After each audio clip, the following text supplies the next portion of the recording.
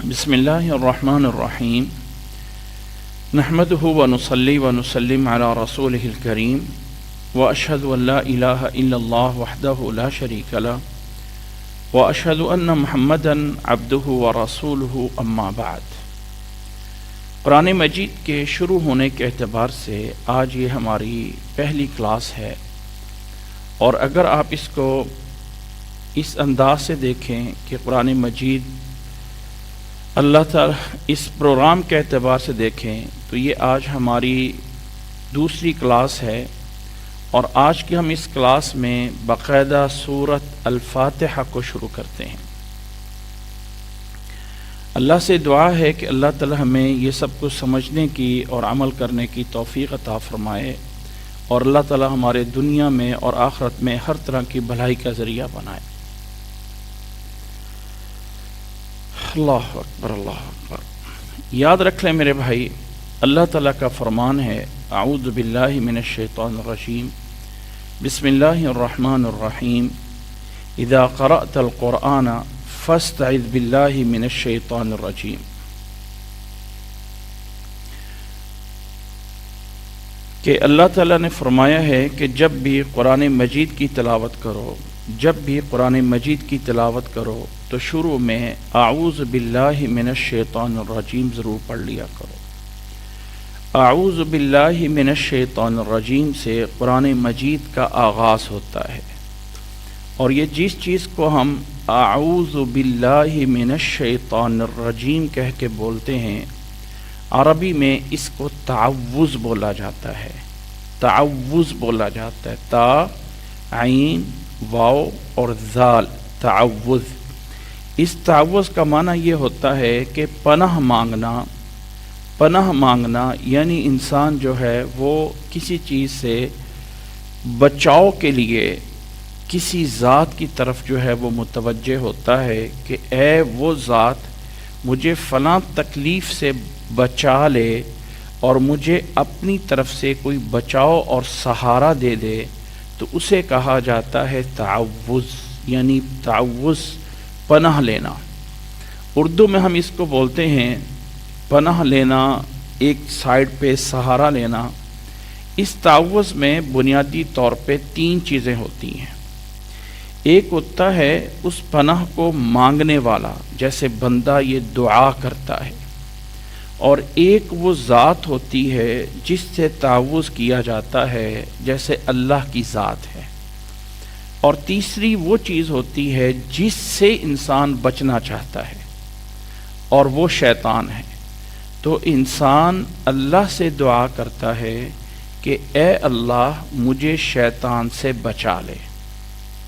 یاد رکھ لیں کہ یہ جو شیطان سے بچاؤ ہے، یہ ایک تعوذ اتنا عام لفظ ہے، اتنا عام لفظ ہے کہ یہ سب کے لیے ہے۔ اللہ تعالیٰ نے فرمایا اپنے نبی صلی اللہ علیہ وسلم سے، نبی صلی اللہ علیہ وسلم سے، بلکہ قرآن مجید قیامت تک کے لیے سب کے لیے حکم ہے اذا قرأت القرآن فاستعذ باللہ من الشیطان الرجیم۔ جب بھی آپ قرآن مجید پڑھیں تو اللہ تعالیٰ سے پناہ مانگیں شیطان مردود سے۔ اب یہ جو پناہ، کوئی انسان اگر یہ سوال کر لے کہ انبیاء تو معصوم ہوتے ہیں اور ان پہ کوئی گناہ نہیں ہوتا ہے، یا شیطان ان پہ اثر انداز نہیں ہوتا ہے، تو وہ کیوں اللہ سے پناہ مانگتے ہیں؟ یاد رکھ لیں کہ لفظ تعوذ ایک ایسا لفظ ہے کہ انسان اس میں اللہ تعالیٰ کی عبادت بھی پوری کر رہا ہوتا ہے دعا لا کے، اور اللہ تعالیٰ کی عبادت کے ساتھ ساتھ اس شر سے بچ رہا ہوتا ہے جس کا توقع ہونا بھی ممکن ہے یا نہ ہونا بھی ممکن ہے۔ انبیاء علیہم السلام کو بھی اللہ تعالیٰ نے تعوذ پناہ لینا سکھایا ہے۔ قرآن مجید کی آیات میں اگر ہم دیکھ لیں تو اللہ تعالیٰ نے نوح علیہ السلام کے بارے میں فرمایا کہ نوح علیہ السلام نے دعا فرمائی تھی، رب انی اعوذ بک ان اسألک ما لیس لک بہ علم۔ اے اللہ میں تیری پناہ مانگتا ہوں ایسا سوال کرنے سے کہ جس سوال کے بارے میں مجھے نہیں پتا ہے کہ تو ناراض ہو سکتا ہے۔ اللہ میں ایسی چیز تجھ سے مانگنے سے پناہ مانگتا ہوں۔ نوح علیہ السلام کے بارے میں، حضرت یوسف علیہ السلام کے بارے میں اللہ تعالیٰ نے قرآن مجید میں فرمایا کہ یوسف علیہ السلام نے بھی اللہ تعالیٰ سے پناہ لی، اور اس میں الفاظ تھے معاذ اللہ انہ ربی احسن مثوایا، میں اللہ تعالیٰ کی پناہ میں آتا ہوں اس گناہ سے، اس برائی سے کہ میرا رب ہے جو مجھے بچانے والا ہے، جس نے مجھے بڑے مرتبے عطا فرمائے ہیں۔ حضرت موسیٰ علیہ السلام کے بارے میں بھی قرآن مجید میں آیت ہے کہ جب موسیٰ علیہ السلام کی قوم نے بار بار ان سے تکرار کیا تو آگے سے فرماتے ہیں قال اعوذ باللہ ان اکون من الجاہلین اتتخذنا ہزوا قال اعوذ باللہ ان اکون من الجاہلین۔ اعوذ باللہ، یہ الفاظ حضرت موسیٰ علیہ السلام کے اللہ تعالیٰ نے قرآن مجید میں ذکر کیے۔ اسی طرح حضرت مریم علیہ السلام کے بارے میں بھی جب پیدا ہوئی تو ان کی والدہ نے کہا تھا انی اعیذھا بک وذریتھا من الشیطان الرجیم۔ اسی طرح اللہ تعالیٰ نے اپنے نبی محمد صلی اللہ علیہ وسلم کو حکم دیتے ہوئے فرمایا ہے وَقُلْ رَبِّ أَعُوذُ بِكَ مِنْ ہَمَزَاتِ الشَّيَاطِينِ، یا یہ جو آخری صورتیں ہیں اللہ نے اپنے نبی کو مخاطب کر کے فرمایا ہے قل، کہ آپ فرما دیجئے قل اعوذ برب الفلق یا قل اعوذ برب الناس۔ ابھی تک کی ساری بات کا خلاصہ یہ ہے کہ تعوذ کا معنی یہ ہے کہ اللہ تعالیٰ کی ذات سے پناہ لینا کسی برائی اور کسی شر سے۔ یہاں پہ ایک بات سمجھنا ضروری ہے، اور وہ بات یہ ہے کہ یہ تعوذ یا پناہ یہ اللہ کے علاوہ کسی اور سے مانگنا جائز نہیں ہے۔ اگر کوئی انسان کسی ڈاکٹر کے پاس جائے اور ڈاکٹر سے یہ کہے کہ اے ڈاکٹر میں تیری پناہ لینا چاہتا ہوں کہ مجھے بخار ہو جائے، بخار سے بچنے کے لیے میں تیری پناہ لینا چاہتا ہوں، یا بیماری سے دور ہونے کے لیے میں تیری پناہ چاہتا ہوں، تو یہ تعوذ جائز نہیں ہے۔ ڈاکٹر ایک ذریعہ یا سبب بن سکتا ہے، لیکن ڈاکٹر وہ والا فریضہ ادا نہیں کر سکتا کہ انسان کہے کہ میں رب کی بجائے تو مجھے اس سے جو ہے وہ دور کر لے۔ تو نمبر ایک، تعوذ میں تین چیزیں ہوتی ہیں۔ تعوذ عربی کا لفظ ہے جس کا معنی ہے بچاؤ اور حذر لینا۔ تین چیزیں اس میں مراد ہیں، مانگنے والا جس چیز سے مانگ رہا ہے اللہ سے، اور کوئی دوسری برائی ہے جس کا خطرہ ہے، کوئی شر ہے جس سے انسان پناہ مانگتا ہے، اسے کہا جاتا ہے تعوذ۔ عربی میں اس کے مختلف الفاظ ہو سکتے ہیں، اور جو الفاظ ہمیں سکھائے گئے ہیں ان الفاظ میں یہ بولا جاتا ہے کہ اعوذ باللہ من الشیطان الرجیم، اعوذ باللہ من الشیطان الرجیم۔ ان الفاظ کو اگر گن لیں، اعوذ باللہ ایک لفظ ہے یا کلمہ ہے، باللہ دوسرا لفظ، یا میں الگ الگ حرفوں کی گرامر کے اعتبار سے نہیں بول رہا ہوں، میں ایز اے لفظ کے بول رہا ہوں جو ہم لفظ بولتے ہیں۔ اعوذ باللہ من الشیطان الرجیم، اس میں ایک جو ہے وہ لفظ اعوذ ہے، دوسرے نمبر پہ جو لفظ ہے وہ ہے باللہ ہے، اور تیسرے نمبر پہ جو لفظ ہے وہ الشیطان الرجیم ہے۔ یہ چار الفاظ یا پانچ الفاظ کا مجموعہ ہے اعوذ باللہ من الشیطان الرجیم۔ اس کا ترجمہ کرنے سے پہلے ہمیں یہ جاننا یا سمجھنا ضروری ہے کہ یہ پناہ لینا یا یہ بچاؤ لینا خاص طور پہ صرف اور صرف اللہ کی ذات سے ہے، اللہ کے علاوہ کسی سے یہ پناہ لینا جو ہے وہ جائز نہیں ہے۔ اسی طرح ان الفاظ پہ آتے ہوئے تو پہلا لفظ ہے اعوذ. اعوذ، اس اعوذ کا معنی یہ ہے، اس اعوذ کا مطلب یہ بنتا ہے کہ یہ ایک عربی میں ورب ہے، فعل ہے، جس کے روٹ ورڈ یا حروف اصلی عین، واو اور ذال ہیں. عین، واو اور ذال کا مجموعہ جو ہے وہ اعوذ، یہ اس سے نکلا ہوا ایک ایسا ورب ہے کہ میں پناہ لیتا ہوں، میں بچاؤ چاہتا ہوں، میں بچنے میں، فلاں چیز سے بچنے میں جو ہے وہ پناہ لیتا ہوں. یہ اعوذ کا معنی ہے. اب اس سے اگلا لفظ ہے با. عربی میں یہ جو حرف با ہے یہ بہت سارے معنی جو ہے وہ دیتا ہے. یہ با جو ہے جس کو ہم با لفظ کو بولتے ہیں، یہ بہت سارے معنی دیتا ہے. بہت سارے اس کے الفاظ کے معنی ہوتے ہیں کہ با جو ہے یہ کیا معنی دے رہا ہے. اس با کا معنی مدد لینا بھی ہوتا ہے، اس با کا معنی بدلہ بھی ہوتا ہے، اس با کا معنی جو ہے وہ انسان جو ہے وہ قسم کے لیے بھی ہوتا ہے. بہت سارے معنی. جب لفظ اللہ کے ساتھ آ جائے اور پیچھے یہ ورب آ رہا ہے تو یہاں اس با کا معنی بولا جائے گا بائے استعانت، مدد لینا، کہ میں اللہ کی مدد سے. لفظ اللہ اس کے بارے میں ہم آگے چل کے جانتے ہیں، آگے چل کے اس میں تفصیل جانتے ہیں. یہاں پہ یہ ہے کہ اعوذ باللہ، میں اللہ تعالیٰ سے پناہ مانگتا ہوں، میں اللہ تعالیٰ کی ذات سے پناہ مانگتا ہوں. لفظ اللہ اللہ تعالیٰ کی ذات کا ایک نام ہے، ناؤن ہے. اللہ کون ہے؟ جس نے اس کائنات کو بنایا، جو ہمیشہ سے ہے، ہمیشہ تک رہے گا. اللہ تعالیٰ اپنی صفات کے ساتھ متصف ہے اور اللہ تعالیٰ وحدہ لا شریک ہے، تنہا ہے. اس اللہ سے میں پناہ لیتا ہوں، بچاؤ لیتا ہوں.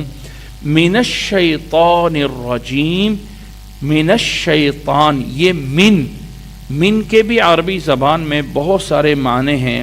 یہاں اس من کا معنی جو ہے کہ من الشیطان، شیطان سے، شیطان کے باقی تمام چیزوں کے علاوہ شیطان سے تبعیض کے لیے کہ شیطان سے میں پناہ مانگتا ہوں. اب شیطان جو بھی ہو اس سے پناہ مانگ رہا ہے. اور اس شیطان کی کس چیز سے پناہ مانگنی ہے؟ شیطان کی تکلیف سے، شیطان کے شر سے، شیطان کے وسوسے سے. کوئی بھی چیز ہو سکتی ہے، اس کا ذکر نہیں ہوا تاکہ اس کو عموم رکھا جائے. اس شیطان کی جتنی بھی چیزیں ہو سکتی ہیں، اے اللہ تو ہے جو مجھے اس سے بچا سکتا ہے. یہ معنی ہے اس تعوذ کا، اعوذ باللہ من الشیطان الرجیم.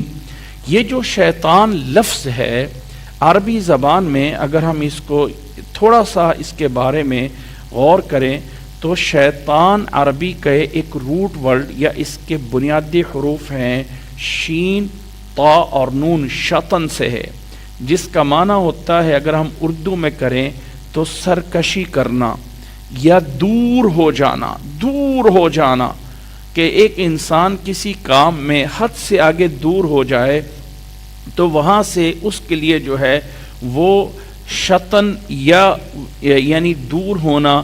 اب شیطان کے اوپر لفظ شیطان اس لیے بولا جاتا ہے کہ وہ اللہ کی رحمت سے دور ہے، اللہ کی رحمت سے دور ہے، صحیح کاموں سے دور ہے.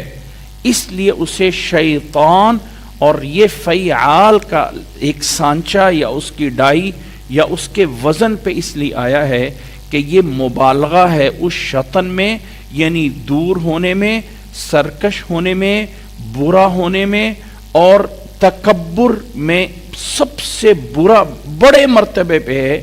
اس لیے اس کے لیے لفظ شیطان استعمال ہوا. اب یہ شیطان ہے کون؟ کوئی انسان ہے، کوئی جن ہے، یا کوئی پہاڑ ہے یا کوئی درخت ہے، یہ کون ہے؟ یہ ایک صفاتی نام ہے، یہ صفاتی نام ہے، یہ کسی ایسی چیز کے اوپر خاص نہیں کیا گیا کہ وہ کون ہے شیطان، کیونکہ شیاطین جنوں میں سے بھی ہیں اور شیاطین یا شیطان انسانوں میں سے بھی ہیں۔ اللہ تعالیٰ نے سورۃ انعام کی آیت نمبر 112 میں فرمایا ہے وَكَذَلِكَ جَعَلْنَا لِكُلِّ نَبِيٍّ عَدُوًّا شَيَاطِينَ الْإِنسِ وَالْجِنِّ، کہ ہم نے ہر نبی کے کچھ دشمن مقرر بنائے تھے جو کہ جنوں میں سے بھی ہیں اور انسانوں میں سے بھی ہیں۔ جب ہم سورۃ الناس آخری سورت کی تلاوت فرماتے ہیں تو اس کے آخری الفاظ ہیں من الجنۃ والناس، کہ اے اللہ وہ جو وصف سے ڈالنے والا شیطان ہے چاہے وہ انسانوں میں سے ہے یا جنوں میں سے ہے۔ تو خلاصہ یہ نکلا کہ یہاں لفظ ابلیس نہیں بولا گیا، اعوذ باللہ من ابلیس الرجیم نہیں بولا گیا، بلکہ بولا گیا ہے من الشیطان الرجیم، یہ بتانے کے لیے کہ انسان کو دین کے بارے میں گمراہ کرنے کے لیے جو سب سے بڑا فتنہ دینے والا ہے، چاہے وہ انسان ہے، چاہے وہ جن ہے، یا کوئی بھی ایسی چیز ہو سکتی ہے جس کے ذریعے انسان گمراہ ہو سکتا ہے، اس سے اے اللہ میں تیری پناہ مانگتا ہوں۔ اس لیے لفظ شیطان بولا گیا اور لفظ ابلیس نہیں بولا گیا۔ انسانوں کی طرح ایک مخلوق ہے جس کو جن بولا جاتا ہے، یہ جن نظر نہیں آتے ہیں، جن نظر نہیں آتے، یہ دو لفظ ہیں مقابل میں، ایک جن اور ایک بشر۔ بشر بولا جاتا ہے اس مخلوق کو جو نظر آتی ہے، کیونکہ بشر بشرا سے نکلا ہوا ہے، اور بشرا اس جلد کو بولتے ہیں، انسان کے چمڑے کو، کہ انسان کے اوپر ایک چمڑا ہے اور ایک مجسمہ ہے، تو یہ بشر ہے۔ اور جن نظر نہیں آتا ہے تو اس کو جن بولا جاتا ہے، کیونکہ جن کا معنی ہی پوشیدہ ہونا ہے۔ ماں کے پیٹ میں جو بچہ ہوتا ہے اس کو جنین بولا جاتا ہے کہ وہ نظر نہیں آتا ہے۔ اسی طرح جس کی عقل نظر نہ آئے اور وہ عقل میں معیوف ہو جائے تو اس کو مجنون بولتے ہیں، کہ اس کی عقل پہ پردہ پڑ گیا ہے، تو عقل پہ پردہ پڑنے کی وجہ سے اس کو مجنون بولا جاتا ہے۔ تو جیم نون نون، یہ ایسی مخلوق کے بارے میں بولا جاتا ہے جو نظر نہ آنے والی ہو۔ تو وہ جو نظر نہ آنے والی مخلوق ہے، اللہ تعالیٰ نے اس کے بارے میں بتایا ہے وَمَا خَلَقْتُ الْجِنَّ وَالْإِنسَ إِلَّا لِيَعْبُدُونَ، کہ میں نے انسانوں کو اور جنوں کو اپنی عبادت کے لیے بنایا ہے۔ تو اس جن مخلوق میں سے ایک بہت بڑا جن جس کا نام گرامی ابلیس تھا، اللہ تعالیٰ نے جب فرشتوں کو سجدہ کرنے کا حکم دیا تو ابلیس نے سجدہ نہیں کیا تھا، تو اس پہ سب سے پہلے یہ لقب آتا ہے کہ وہ ابلیس شیطان ہے، وہ ابلیس شیطان ہے۔ تو وہ ابلیس جو ہے وہ بھی شیطان ہے، اور انسانوں میں سے بھی کوئی انسان جو ہے جو ابلیس کے راستے پہ چلتا ہے وہ بھی شیطان ہو سکتا ہے۔ تو اللہ تعالیٰ نے اعوذ باللہ من الشیطان الرجیم کی جو دعا سکھائی اس میں لفظ شیطان بولا، اگرچہ اس سے پہلا مراد وہ ابلیس ہے، لیکن سارے کے سارے جو بھی ایسا کریں گے، اس ابلیس کے راستے پہ چلیں گے، وہ سارے کے سارے شیطان ہو سکتے ہیں۔ پھر اس کی آخری صفت ذکر کی ہے کہ اعوذ باللہ من الشیطان الرجیم، کہ اے اللہ میں تیری پناہ لیتا ہوں شیطان سے، اور اس شیطان کی ایک صفت ہے کہ وہ رجیم ہے۔ الرجیم، رجیم کا روٹ ورڈ یا حروف اصلی جو ہے وہ را جیم میم ہے۔ رجم، رجم کا ویسے معنی ہوتا ہے کسی کو پتھروں سے مارنا۔ اسلامی سزاؤں میں سے اور اسلامی حدود میں سے ایک حد ہے کہ اگر کوئی شادی شدہ ہو کے زنا کرتا ہے اور اس پر باقاعدہ الزام ثابت ہو جاتا ہے، 4 لوگ اس کی باقاعدہ گواہی آگ دے دیتے ہیں، تو اگر اسلامی خلافت موجود ہو تو اس کو ایک سزا دی جاتی ہے کہ زندہ کو پتھر مار مار کے مار دیا جاتا ہے۔ اس سزا کا نام بھی رجم ہے، رجم، را جیم میم۔ اللہ تعالیٰ نے سورۃ مریم میں فرمایا ہے حضرت ابراہیم علیہ السلام کے واقعے میں، لَإِن لَّمْ تَنْتَهِ لَأَرْجُمَنَّكَ، کہ ابراہیم علیہ السلام جب اپنے والد کو تبلیغ کر رہے تھے تو والد نے کہا کہ اگر تم میری بات نہیں مانو گے تو لَأَرْجُمَنَّكَ، میں تجھے پتھروں سے ماروں گا۔ تو راجمہ کا معنی مارنا، اور اس مارنے کے ساتھ ساتھ اس کو دھدکار دینا یعنی دور کر دینا، یہ دونوں معنی عربی میں اس میں آتے ہیں۔ شیطان کے لیے لفظ رجیم اس لیے بولا جاتا ہے کہ اللہ تعالیٰ نے آدم علیہ السلام سے سجدہ کرنے سے جب اس نے انکار کیا تو اللہ نے اس کو آسمانوں سے نکال دیا، اور 7 ستارے اور جو شہاب ثاقب ہیں وہ اس کو جو ہے وہ مارے گئے، پتھراؤ کیا گیا۔ اللہ تعالیٰ نے اس کو آسمان سے نکال دیا، اس لیے اس کے اوپر رجیم بولا جاتا ہے۔ اعوذ باللہ من الشیطان الرجیم، قرآن مجید کی تلاوت شروع کرنے سے پہلے یہ اللہ کا حکم ہے کہ اعوذ باللہ من الشیطان الرجیم، اعوذ باللہ من الشیطان الرجیم، ان الفاظ کو پڑھیں تاکہ اللہ تعالیٰ کی پناہ میں آ جائیں، چاہے انسان جتنا بھی نیک کیوں نہ ہو، کوئی نبی بھی کیوں نہ ہو، تو اللہ سے پناہ مانگنا شیطان سے یہ ایک دعا بھی ہے، اور اس دعا کے ذریعے انسان اللہ کے حکم کو بھی پورا کرتا ہے کہ انسان اللہ سے مانگ رہا ہے۔ اس لیے تمام نبیوں نے یہ دعا کی ہے۔ اعوذ باللہ من الشیطان الرجیم کے بارے میں آخری بات سمجھ لیں کہ قرآن مجید پر جب بھی تلاوت شروع کی جائے، جہاں سے بھی کی جائے، 2 ہی شکلیں ہیں کہ انسان کسی سورت کے شروع سے پڑھے یا کسی سورت کے درمیان سے پڑھے۔ مثال کے طور پہ اگر کوئی انسان آیت الکرسی کی تلاوت کرتا ہے، اللہ لا الہ الا هو الحی القیوم، تو لازم ہے شروع میں اعوذ باللہ من الشیطان الرجیم کی تلاوت کرے اور پھر وہاں سے پڑھے اللہ لا الہ الا هو الحی القیوم۔ اسی طرح اگر انسان کوئی سورت کی تلاوت کرتا ہے، اعوذ باللہ من الشیطان الرجیم، بسم اللہ الرحمن الرحیم، قل هو اللہ احد، تو سورت کے شروع میں بھی اعوذ باللہ اور سورت کے درمیان میں بھی اعوذ باللہ پڑھنا ضروری ہے۔ اس کے بعد اگلا ہے بسم اللہ۔ سورت کے شروع میں پڑھنا تو لازم ہے، لیکن درمیان میں اگر کوئی انسان شروع کرتا ہے تو بسم اللہ پڑھنا ضروری نہیں ہے۔ اس پہلی مثال سے میں دوبارہ بیان کر دیتا ہوں کہ سورت اخلاص پڑھنی ہے تو انسان کہے گا کہ اعوذ باللہ من الشیطان الرجیم، بسم اللہ الرحمن الرحیم، قل هو اللہ احد۔ اگر آیت کرسی کی تلاوت یا کہیں اور سے پڑھنا ہے تو انسان کہے گا اعوذ باللہ من الشیطان الرجیم، اور آگے وہاں سے شروع کر دے گا۔ بسم اللہ پڑھنا ضروری نہیں ہے، لیکن انسان پڑھ سکتا ہے۔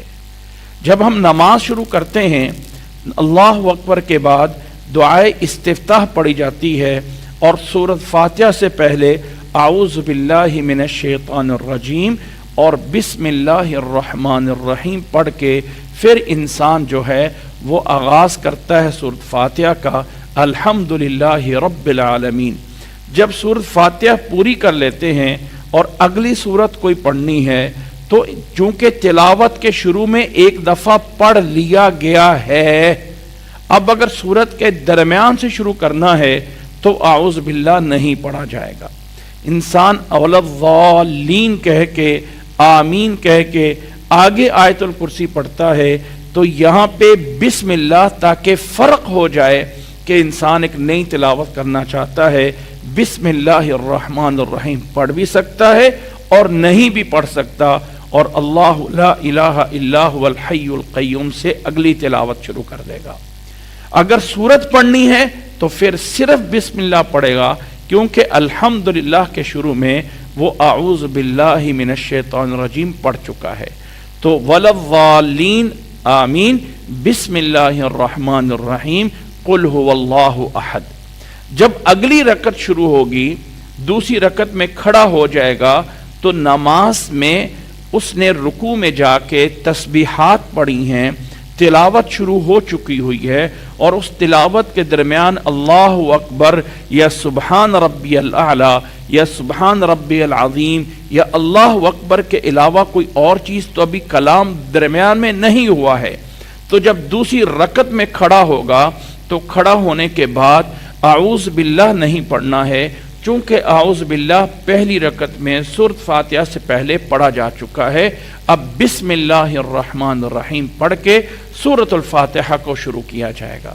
یہ ساری بات سمجھانے کا مقصد یہ ہے کہ اعوذ باللہ پڑھنا کیسے ہے، اور اعوذ باللہ کن کن جگہوں پہ پڑھا جاتا ہے، اور اعوذ باللہ جو ہے قرآن مجید کی تلاوت میں اس کا کہاں کہاں تعلق ہے۔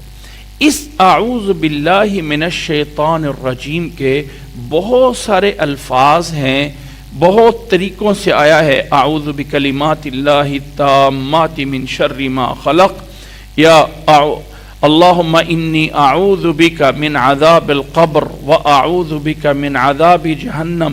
اس طرح کی بہت ساری دعائیں آئی ہیں جو مختلف جگہوں پہ دعائیں اللہ کے نبی صلی اللہ علیہ وسلم سے ثابت ہیں، لیکن قرآن مجید کے شروع میں انہی الفاظ میں پڑھا جائے گا اعوذ باللہ من الشیطان الرجیم، اور اس کا نام تعوذ ہے۔ اس تعوذ کرنے کے بعد آگے ہم جس سورت کو شروع کر رہے ہیں اس سورت کا نام سورۃ الفاتحہ ہے۔ اب اس سورت کے شروع میں ہمیں بسم اللہ الرحمن الرحیم پڑھا جائے گا، بسم اللہ الرحمن الرحیم۔ اب اگر یہاں پہ اگر غور کریں، چند ایک پوائنٹ ہیں، اگر ہم ان کو سمجھنے کی کوشش کریں گے تو اللہ تعالی ہمارے لیے آسانی فرمائے گا۔ اگر ہم اس بسم اللہ الرحمن الرحیم کو دیکھیں تو یہاں پہ فرق ہے بنسبت اعوذ باللہ کے اور بسم اللہ میں کچھ کسی چیز کا، معنی میں بھی اور ایک کسی اور انداز میں بھی۔ جب مانگی گئی ہے اللہ تعالیٰ سے پناہ تو الفاظ ہیں اعوذ باللہ، میں اللہ تعالیٰ کی ذات سے پناہ مانگتا ہوں۔ اللہ کی ذات کے علاوہ کسی اور چیز سے پناہ نہیں مانگی جا سکتی ہے۔ بسم اللہ الرحمن الرحیم میں مدد مانگی گئی ہے۔ ہمیشہ یاد رکھ لیں کہ ہر چیز میں اثبات اور نفی ہوتی ہے، یعنی اس کا جو ہے وہ یس اور نو دو چیزیں جمع ہوتی ہیں۔ لا الہ الا اللہ میں بھی دو چیزیں ہیں، ایک ہے منفی نفی نو کہ اللہ کے علاوہ کوئی معبود نہیں ہے، اور ایک ہے اللہ معبود ہے، نفی اور اثبات۔ اس پہلی چیز میں جب ہم نے کہا اعوذ باللہ من الشیطان الرجیم تو نفی کی ہے، اے اللہ ہمیں شیطان سے بچا لے۔ جب شیطان سے بچ گئے تو اب اللہ سے کچھ لینا ہے، اور اس مدد کے لیے پڑھا جاتا ہے بسم اللہ۔ جیسے بسم اللہ، جیسے اعوذ باللہ کا نام تعوذ بولا جاتا ہے تو بسم اللہ کا نام بسملہ بولا جاتا ہے۔ بسم اللہ کا نام بسملہ بولا جاتا ہے کہ اس کے ذریعے جو ہے وہ انسان جو ہے وہ جو ہے اللہ تعالیٰ سے مدد مانگتا ہے، اور ان الفاظ کے اوپر بسملہ۔ اب ان الفاظ کے اوپر ذرا غور کیجئے گا، بسم اللہ پہ تو ایک با ہے، ایک آگے جو ہے وہ سین اور میم ہے، پھر آگے لفظ اللہ ہے۔ بسم اللہ میں گویا کہ با کو اگر ایک الگ سے حرف شمار کر لیں تو با سین میم یا اسم اور لفظ اللہ تین حرف ہو گئے یا تین کلمات ہو گئے، اور اگلا کلمہ ہے الرحمن اور اس سے اگلا کلمہ ہے الرحیم۔ ان سب کو گن لیں تو بسم اللہ الرحمن الرحیم میں بھی 5 کلمات ہیں، اور اعوذ باللہ من الشیطان الرجیم میں بھی 5 کلمات ہیں. 5 کلمات کے ذریعے اللہ تعالیٰ سے پناہ مانگی گئی ہے اور 5 کلمات کے ذریعے اللہ تعالیٰ سے مدد مانگی گئی ہے. اب بسم اللہ الرحمن الرحیم کے شروع میں پھر وہی با آ رہی ہے جو کہ باللہ کے شروع میں اعوذ باللہ میں موجود ہے. با بسم اللہ، اللہ تعالیٰ کے نام کے ساتھ. اب یہاں پہ اس با کو عموماً کہا جاتا ہے کہ یہ با بھی استعانت کے لیے ہے یا یہ با بھی مصاحبہ کے لیے ہے کہ اس بسم اللہ سے پہلے اعوذ باللہ میں باقاعدہ وہ ورب موجود تھا اعوذ، لیکن بسم اللہ کے شروع میں وہ ورب یا فعل موجود نہیں ہے. اللہ کے نام کے ساتھ جو رحمان اور رحیم ہے، اللہ کے نام کی مدد سے جو رحمان اور رحیم ہے، تو اللہ کی مدد سے یا اللہ کے نام کے ساتھ کیا چیز ہمیشہ یاد رکھ لیں کہ اعوذ باللہ انسان پناہ مانگتا ہے اور جو کام کرنے کے ہیں وہ بہت سارے ہیں. انسان کھانا کھاتا ہے، انسان بولتا ہے، انسان پڑھتا ہے، انسان لکھتا ہے، چلتا ہے، سوتا ہے، ہزاروں کام کرتا ہے. ہر کام کے شروع میں بسم اللہ، اور وہ کام ہے انسان کا جو وہ کرتا ہے، چاہے وہ کام پڑھنا ہو، چاہے وہ لکھنا ہو، چاہے وہ بولنا ہو، چاہے وہ چلنا ہو، تو اس ورب کو لفظوں میں نہیں لایا گیا. انسان پڑھنا چاہتا ہے تو اقرأ بسم اللہ، انسان کھانا چاہتا ہے آکل بسم اللہ، انسان پینا چاہتا ہے اشرب باللہ، انسان لکھنا چاہتا ہے اکتب بسم اللہ. جو بھی ورب ہے، جو بھی انسان جو ہے وہ کام کرنے لگتا ہے، اس کام کے جو الفاظ ہیں وہ سائلنٹ ہوتے ہیں، وہ ہڈن ہوتے ہیں، وہ محذوف ہوتے ہیں، لفظوں میں نہیں آتے ہیں، لیکن وہ ذہن میں موجود ہوتے ہیں. وہ ذہن لفظوں میں موجود نہیں ہوتے لیکن ذہن میں موجود ہوتے ہیں. بسم اللہ، اللہ کے نام سے میں شروع کر رہا ہوں کھانے کو، پینے کو، چلنے کو، لکھنے کو. تو وہ لکھنا، پڑھنا، چلنا، کھانا پینے والا ورب جو ہے وہ لفظوں میں موجود نہیں ہوتا لیکن معنی میں موجود ہوتا ہے. وہ بہت زیادہ الفاظ ہیں، اس لیے اس کو معنی کو رکھا گیا اور لفظوں میں نہ لایا گیا. اس ورب کے بعد آگے ہے با، یعنی کھاتا ہوں یا پیتا ہوں یا پڑھتا ہوں اللہ کے نام سے. اب یہاں پہ تھوڑا سا ایک بات سمجھنے میں، جو لوگ تھوڑا سا اس بارے میں کوئی نالج رکھتے ہیں ان کے لیے امید ہے کہ یہ بات سمجھنا ضروری ہوگی کہ یہاں اسم کیوں آیا درمیان میں. مدد اللہ سے لینی ہے، اعوذ باللہ میں ڈائریکٹ اللہ تعالیٰ سے پناہ مانگ رہے ہیں. اعوذ باللہ، میں اللہ تعالیٰ کی پناہ مانگ رہا ہوں، تو باللہ الرحمن الرحیم کیوں نہیں آیا؟ درمیان میں سین اور میم، یہ پورا لفظ اسم ہے، صرف اس کا حمزہ جو ہے وہ اس لیے نہیں لکھا گیا کہ اس کو متصل کر دیا گیا بسم اللہ. تو یہاں پہ اسم کیوں آیا ہے؟ اللہ کے نام سے مدد لینی ہے یا اللہ کی ذات سے مدد لینی ہے؟